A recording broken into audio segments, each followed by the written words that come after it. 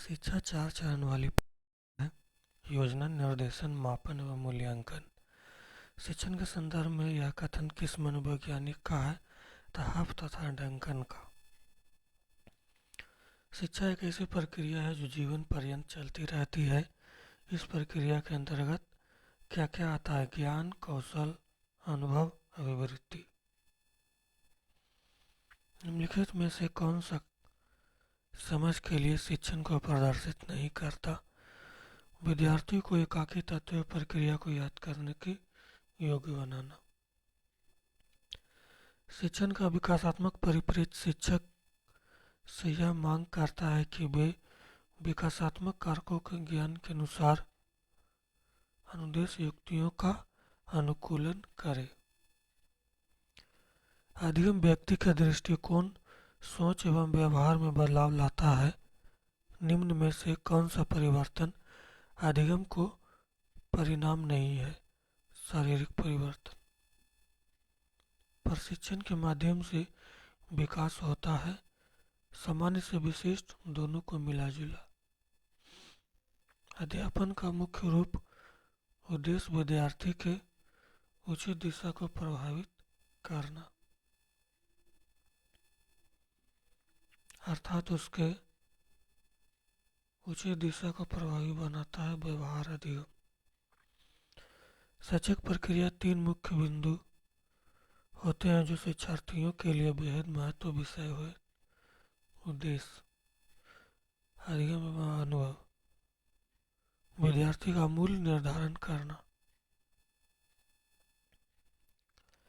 अध्यापक को विद्यार्थी का अनुभव प्राप्त कराने के लिए क्या करना चाहिए? शिक्षण के लिए विभिन्न तरीकों को अपनाना चाहिए। अध्यापन एक त्रिध्रुवीय प्रक्रिया है। शिक्षण अधिगम प्रक्रिया में अधिगमकर्ता से संबंधित निम्नलिखित में से किन सिद्धांतों का पालन किया जाता है? व्यक्तिगत भिन्नता का सिद्धांत, छात्र केंद्रितता का सिद्धांत, सक्रिय सहयोग का सिद्धांत। संसार के कोई व्यक्ति योग्यता, क्षमता तथा कुशलता एक समान नहीं हो सकता। यह अधिगम किस सिद्धांत को निरूपित करता है? व्यक्तिगत विभिन्नता का सिद्धांत। अधिगम का मुख्य उद्देश्य है छात्रों को व्यवहार में परिवर्तन लाना। शिक्षण विधियों तथा शिक्षण व्यूह रचनाओं में अंतर होता है। प्रारूप का। अध्यापन शैक्षिक तकनीकी महत्वपूर्ण भूमिका निभाती है। शैक्षिक तकनीकी की विशेषता यह वैज्ञानिक प्रयोग पर आधारित होती है। यह मनोवैज्ञानिक प्रयोगों पर आधारित होती है। यह शिक्षण अधिगम की प्रक्रिया को प्रभावशाली बनाती है। सूक्ष्म शिक्षण के संदर्भ में यह कथन सूक्ष्म शिक्षण समस्त शिक्षण को लघु क्रियाओं में बांटना किस मनोवैज्ञानिक का है? डी एलन का। सूक्ष्म सिद्धांत किस सिद्धांत पर बल है? एकल कौशल प्रशिक्षण। निम्नलिखित में कौन सा कौशल शिक्षण कौशल का उदाहरण है? प्रश्न पूछना, विन्यास, प्रेरणा, पुनर्बलन, ये सभी। शिक्षण विधियों में कार्य तथा प्रस्तुतिकरण को महत्व दिया गया है। शिक्षण व्यूह रचना का अर्थ है शिक्षा की रणनीति का निर्माण करना एवं उसका प्रयोग। शिक्षण का तरीका अध्यापक को स्वयं में अपने व्यवहार को सुधारना। शिक्षण अधिगम के अंतर्गत शिक्षक का प्रमुख कार्य है बालक को सीखने के लिए प्रेरित करना, बालक को पढ़ाना, बालक को प्रेरित करना। निम्नलिखित में से कौन से शिक्षण विधि के प्रकार है? शिक्षण को नियंत्रित करना, समूह को नियंत्रित करना, शिक्षक व छात्र नियंत्रित अनुदेशन, कैलर योजना अभिक्रमित अनुदेशन तथा खेल विधि किस प्रकार के अंतर्गत आता है? छात्र नियंत्रित अनुदेशन। निम्नलिखित में से कौन सा एक माध्यमिक विद्यालय के कक्षा कक्ष में शिक्षक की भूमिका का सर्वोत्तम उचित वर्णन करता है? चर्चाओं के अवसर उपलब्ध कराना। प्रश्नोत्तर विधि, अन्वेषण विधि, सामूहिक वाद विवाद विधि शिक्षण विधि के किस अंग का भाग है? शिक्षक व छात्र नियंत्रित अनुदेशन।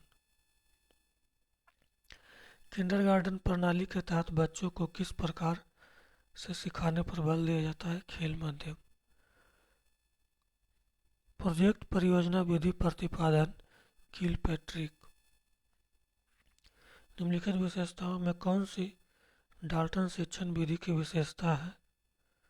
शिक्षा का स्वरूप व्यक्तिगत भिन्नता पर आधारित होना, स्वयं करके अनुभव के माध्यम से सीखने पर बल, एक निश्चित समय में निश्चित कार्य पर बल देना, उपरोक्त सभी।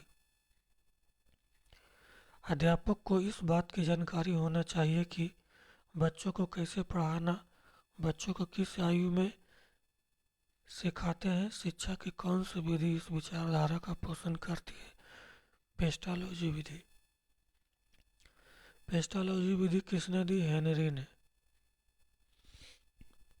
अध्यापन अधिगम की प्रक्रिया को सरल व प्रभावशाली बनाने हेतु विभिन्न प्रकार का शिक्षण सामग्रियों का प्रयोग किया जाता है। वे हैं दृश्य सामग्री, श्रव्य सामग्री, श्रव्य दृश्य सामग्री, उपरोक्त सभी।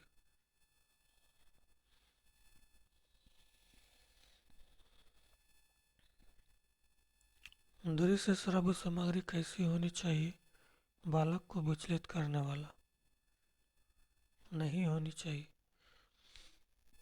बालक में निरीक्षण करने की योग्यता के विकास में सर्वाधिक मदद करता है भ्रमण। बालक के संदर्भ में वास्तविक पदार्थ का अर्थ होता है बालकों के लिए वास्तविक पदार्थ का कल्पना। दृश्य सामग्री बालकों को सिखाने की एक वैज्ञानिक विधि है। नीचे दिए गए विकल्पों को एक दृश्य सामग्री का अंग नहीं है। रेडियो। मार्टिन लैंटर्न एक चित्र प्रदर्शक यंत्र है। कौन सा शिक्षक सहायक सामग्री बच्चों के लिए सर्वाधिक आकर्षण का केंद्र होती है? Bulletin board. एपीडियासोप उपकरण का उपयोग निम्नलिखित में से किसके लिए किया जाता है? किसी अपारदर्शी वस्तु को स्क्रीन पर प्रक्षेपित करने के लिए। निम्नलिखित में से कौन एक श्रव्य सामग्री के अंतर्गत नहीं आता? टेलीविजन। निम्नलिखित में से कौन एक दृश्य श्रव्य सामग्री का उदाहरण है? चलचित्र, टेलीविजन, नाटक, सभी। किस शिक्षण सहायक सामग्री में छात्रों को उच्च कोटि का पुनर्वलन प्राप्त हो सकता है? कंप्यूटर। सिद्धांत के रूप में रचनावाद दुनिया के बारे में अपना दृष्टिकोण निर्मित करने विद्यार्थियों की भूमिका पर बल देता है। एक शिक्षिका को अपने शिक्षार्थियों को अनेक तरह की सामूहिक गतिविधि में व्यस्त रखती है, जैसे समूह चर्चा, समूह परियोजनाएं, भूमिका निर्वाह आदि। यह सीखने के लिए किस आयाम का उजागर करता है? सामाजिक गतिविधि के रूप में। एक शिक्षिका अपने शिक्षण में दृश्य श्रव्य सामग्रियों और शारीरिक गतिविधियों का प्रयोग करते हैं, क्योंकि इनमें अधिकतम इंद्रियों का प्रयोग सीखने से संबंधित करता है। शिक्षार्थी फैशन शो को लेकर मॉडल्स का अनुकरण करने का कोशिश करते हैं। इस प्रकार अनुप्रयोग सामाजिक अधिगम को कहा जाता है। बच्चे फिल्मों को दिखाए गए हिंसात्मक व्यवहार को सीख सकते हैं। यह निष्कर्ष निम्नलिखित में से किस मनोवैज्ञानिक द्वारा कार्य पर आधारित हो सकता है? Albert Bandura. सीबीएसई शिक्षार्थियों के लिए व्यक्तिगत गतिविधियों के स्थान पर सामूहिक गतिविधियों की संस्तुति करती है। ऐसा करने के पीछे विचार हो सकता है व्यक्तिगत प्रतिस्पर्धा के प्रति नकारात्मक संवेगात्मक प्रतिक्रियाओं को उबारना, जो संपूर्ण अधिगम को सामान्यीकृत हो सकती है।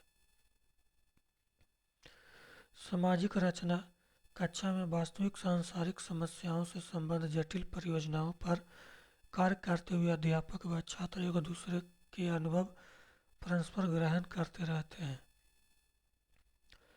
बंडूरा ने सामाजिक अवलोकन पर आधारित अधिगम सिद्धांत में निम्नलिखित में से कौन सी प्रक्रिया होती है? प्रतिधारण।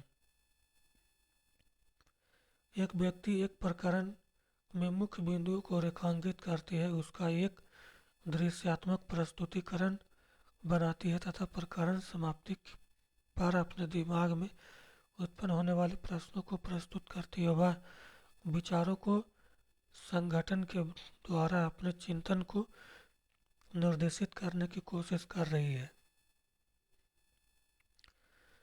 किस कक्षा में शिक्षक की भूमिका सीखने की विश्वसनीय स्थितियां जुटाना और शिक्षार्थियों को स्वतंत्र चिंतन की सुविधा देना। पियाजे तथा वाइगोत्स्की के अनुसार एक रचनात्मक कक्षा में अधिगम शिक्षार्थियों द्वारा स्वयं सृजित किया जाता है जो एक सक्रिय भूमिका निभाते हैं।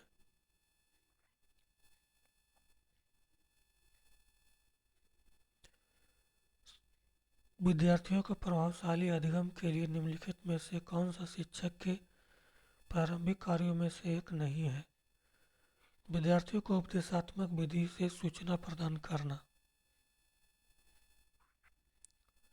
विद्यालय में विद्यार्थियों की असफलता के बारे में निम्नलिखित में से कौन सा कथन सही है? विद्यार्थी विद्यालय में असफल होते हैं क्योंकि उन्हें अधिगम के लिए उपयुक्त पुरस्कार नहीं दिए जाते। विद्यार्थी असफल होते हैं क्योंकि शिक्षण तरीके से नहीं किया जाता जो उनके लिए सार्थक हो। सार्थक अधिगम। निजी अनुभवों से ज्ञान की संरचनाओं का सक्रिय निर्माण। स्वजागरूकता एवं संज्ञानात्मक क्षमताओं का नियंत्रण जैसे योजना बनाना, समीक्षा करना, संशोधन करना इत्यादि में अंतर्निहित है संज्ञान बोध। बहुसंवेदी शिक्षण अधिगम की प्रविधि में अधिगम संवर्धन हेतु दृश्य, श्रव्य, स्पर्श और गतिबोध संवेदनाओं एक साथ प्रयोग किया जाता है। पहले ही सीखे हुए कार्यों में सुधार लाने के लिए शिक्षक बच्चों को प्रदर्शन देकर सिखा रहा है। वह शिक्षण की अवलोकन विधि का प्रयोग कर रहा। एक प्राथमिक कक्षा में एक शिक्षक को क्या करना चाहिए? उदाहरण देना चाहिए, गैर उदाहरण देना चाहिए, उन दोनों। निम्नलिखित रणनीतियों में कौन सी बच्चों के अर्थ निर्माण को बढ़ावा देती है? अन्वेषण और परिचर्चा। निम्नलिखित में कौन सा अधिगम को सार्थक सरलीकरण के रूप में परिणत नहीं होता? दोहराने व स्मरण करने को बढ़ावा देना। निम्नलिखित में से कौन सा रचनात्मक परिवेश के साथ अनुकूलन नहीं हो सकता? अध्यापक विशिष्ट तथा आसान मूल्यांकन रणनीतियों को लागू करते हैं तथा प्रक्रियाओं के अतिरिक्त प्रदर्शन और फीडबैक देते हैं।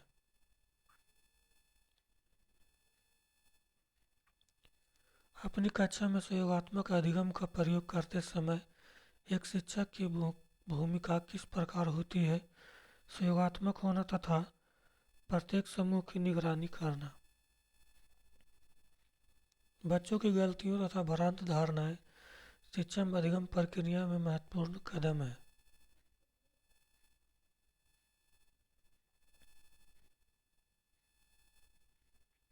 निम्नलिखित में कौन प्रभावी अधिगम रणनीति के उदाहरण है? लक्ष्य समय सारणी निर्धारित करना, संगठनात्मक चार्टों एवं अवधारणात्मक नक्शे बनाना, उदाहरण एवं गैर उदाहरणों के बारे में सोचना, हमें उम्र साथी को समझना, स्वयं से प्रश्न करना। निम्नलिखित में से ज्ञान के सार्थक संरचना प्रक्रिया एक महत्वपूर्ण पहलू है। सामाजिक पारंपरिक क्रियाएं। कक्षा में अर्थपूर्ण अधिगम को प्रोत्साहित करने के लिए अध्यापिका को विद्यार्थियों की सहायता करनी चाहिए कि वे अपने मनोभावों को अभिप्रेरित अभिप्रेरणा को सुव्यवस्थित कर पाए। विद्यार्थियों में संवाद और परिचर्चा को प्रोत्साहित करना चाहिए, जिससे वे परिप्रेक्ष्य करने में सशक्त हो।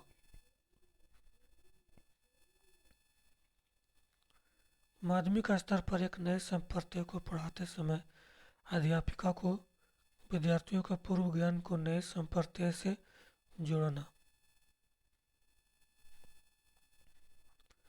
विद्यार्थियों को संज्ञानात्मक परिवर्तन को प्रोत्साहित करने के लिए शिक्षिका को ऐसे कार्य देना चाहिए जो बच्चों को वर्तमान संज्ञानात्मक स्तर से अधिक ऊंचे हो। एक संरचनात्मक कक्षा में क्रियाकलापों का प्रयोग होगा जो पाठ सामग्री या प्रत्यास्मरण पर आधारित हो, पुनरावृत्ति और यांत्रिक हो। अधिगमकर्ताओं की सक्रिय संलग्नता के लिए क्या आवश्यक है? अन्वेषण और पूछताछ, संप्रयोगों और चिंतनशीलता, बहस और परिचर्चा। नए विषय का परिचय देते समय शिक्षक को ऐसे प्रश्न पूछना चाहिए जो अध्ययन किया जाने वाला विषय को छात्रों के पूर्व ज्ञान से जोड़ता हो। किसी संप्रदाय को पढ़ाते समय एक अध्यापिका को निम्न में से क्या नहीं करना चाहिए? गैर उदाहरणों और अपवादों को सम्मिलित का वर्जन।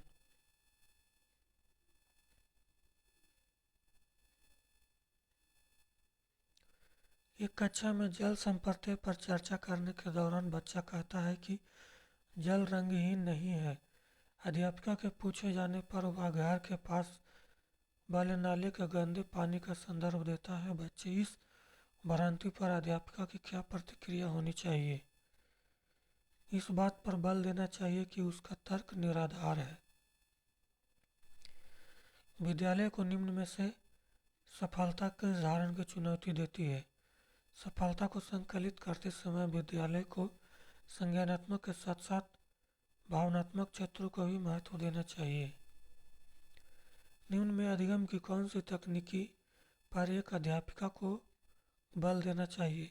संरचनात्मक अन्वेषण तथा प्रक्रिया द्वारा अधिगम।